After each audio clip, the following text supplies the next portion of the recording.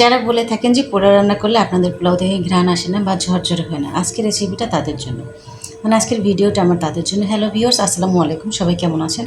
চলে আসছি নতুন আর একটা ভিডিও নিয়ে। আজকে কিন্তু আমার রান্নাঘরে সাই একটা ফ্লেভার মৌ মৌ করতেছে, কারণ আজকে আমি অনেক মজার মজার কিছু রান্না করতেছি। চলেন দেখে নেওয়া যাক কী কী রান্না হচ্ছে। আশা করি সবাই সাথেই থাকবেন। আজকে কিন্তু আমি চিচিঙ্গা দিয়ে চিংড়ি মাছ ভাজি করব, ডিমের কোরমা করব, তারপরে মিষ্টি পোলাও রান্না করব, তারপর হচ্ছে তেলাপিয়া মাছ ভুনা করব। অনেক আয়োজন না বলেন? আজকে সকালে ভাবলাম কি যে একটু অন্যরকম কিছু করি, কারণ কি জানেন, মন খারাপ থাকলে কিন্তু অনেক সময় ঘুরতে গেলে মনটা ভালো হয়ে যায়, কেনাকাটা করলে, সাজুগুজু করলে, সব কিছু এগুলো একটু সময়ের ব্যাপার বা টাকার ব্যাপার, বাট আপনি যদি একটু বুদ্ধি খাটিয়ে ভালো মন্দ একটু রান্না করেন তাহলে কিন্তু মনটা অটোমেটিকলি ভালো হয়ে যায়। তো যে কোনো কারণে একটু মনটা খারাপ ছিল, তো আজকে ভাবলাম একটু রান্না করি। আমার ছোটো ননদের, আমাদের সবার প্রিয় একটা খাবার। তো বাড়ি থেকে কিন্তু এই যে তেলাপিয়া মাছগুলো নিয়ে আসছিলাম, বাড়িতে যে জাল ফেলছিল তখন তো ছোটো বড় সব মাছই উঠে গেছে, তখন কিন্তু এই মাছগুলো রেখে দিয়েছিলাম যে শুধু ফ্রাই করে খাবো, কিন্তু আজকে রান্না করে নিচ্ছি।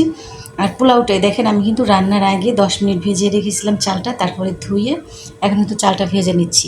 আর পোলাও রান্নার আগে আমি সবসময় পেঁয়াজটা বেরেস্তা করে একটু বেশি তেল দিয়ে, ওখান থেকে আমার পোলাও তো যতটুকু লাগবে ততটুকু দিয়ে আমি পোলাও রান্না করবো, বাকি তেলটা আমি রেখে দিই। এটা দিয়ে আমি যদি রোস্ট করি সেটা রোস্ট করি, বা কোরমা করলে কোরমা করি। পেঁয়াজ বেরেস্তার তেল দিয়ে আপনি যে রান্নাটাই করবেন সেই রান্নাটার স্বাদটা কিন্তু একটু বেশিই হয়।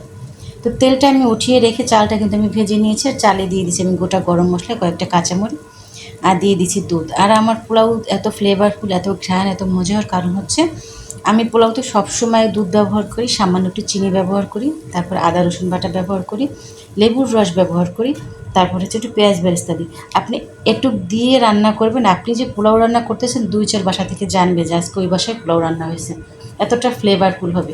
আর এই পোলাওটা খেতে আপনার মাছ মাংস কোনো কিছুর প্রয়োজন হয় না। আপনি 1 প্লেট পোলাও, এখন তো আবার পোলাও শুনি সবাই বলে, মানে 1 প্লেট পোলাও আপনি নিমিশেই খেয়ে শেষ করে দিতে পারবেন।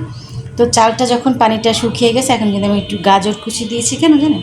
একটু সুন্দর দেখা যাবে এই জন্য, এটা কিন্তু স্বাদের কোনোই হবে না। আর একটু ঘি দিয়ে এটা আমি ঢাকা দিয়ে 10 মিনিটের জন্য রেখে দেবো, পরে দেখব। আমি এই পর্যন্ত যতবার পোলাও রান্না করছি, যতটা পরিমাণেই রান্না করছি না কেন, আল্লাহর রহমতে আমার পোলাওটাও সবসময় পারফেক্ট এবং ঝরঝরে মজার হয়েছে। এটা আমার খুব ভালো লাগে, আর সবাই খুব মজা করে খায় আলহামদুলিল্লাহ পোলাওটা।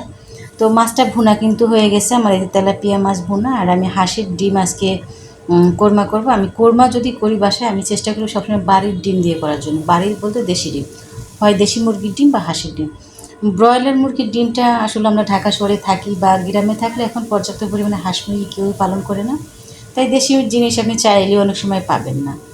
তো বাড়ি থেকে মা হাঁসের ডিম পাঠিয়েছে, তো ভাবলাম আজকে সুযোগটা কাজে লাগাই। তো কোরমার জন্য কিন্তু আমি যে মশলাগুলো কষিয়ে নিচ্ছি, আমি কিন্তু বাদাম বেটে নিয়েছি, তারপরে যে পেঁয়াজ বেটে নিয়েছি, আদা রসুন বাটা যেগুলো সেগুলো দিয়ে দিয়েছি, একটু শুকনো মরিচের গুঁড়ো দিয়ে ডিমটা একটু হালকা ভেজে নিয়েছি। এখন মশলাটা কষিয়ে নেব।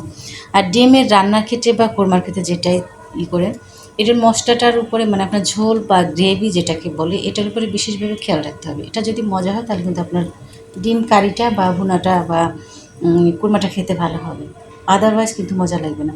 তো আলহামদুলিল্লাহ আমার ডিমের কোরমা মিষ্টি পোলাও খুবই ভালো লেগেছিলো। আমরা সবাই অনেক মজা করে খেয়েছি আলহামদুলিল্লাহ, তৃপ্তি সহকারে। আর ওই যে যেটা বললাম, আমরা তো সবসময় চাইলেই ঘুরতে যেতে পারি না, সবসময় চাইলেই কেনাকাটা করতে পারি না, কারণ মধ্যবিত্ত এবং নিম্ন মধ্যবিত্ত যারা আছে তারা কিন্তু সবসময় সময়ের অভাব থাকে, টাকার অভাব থাকে, ইত্যাদি ইত্যাদি।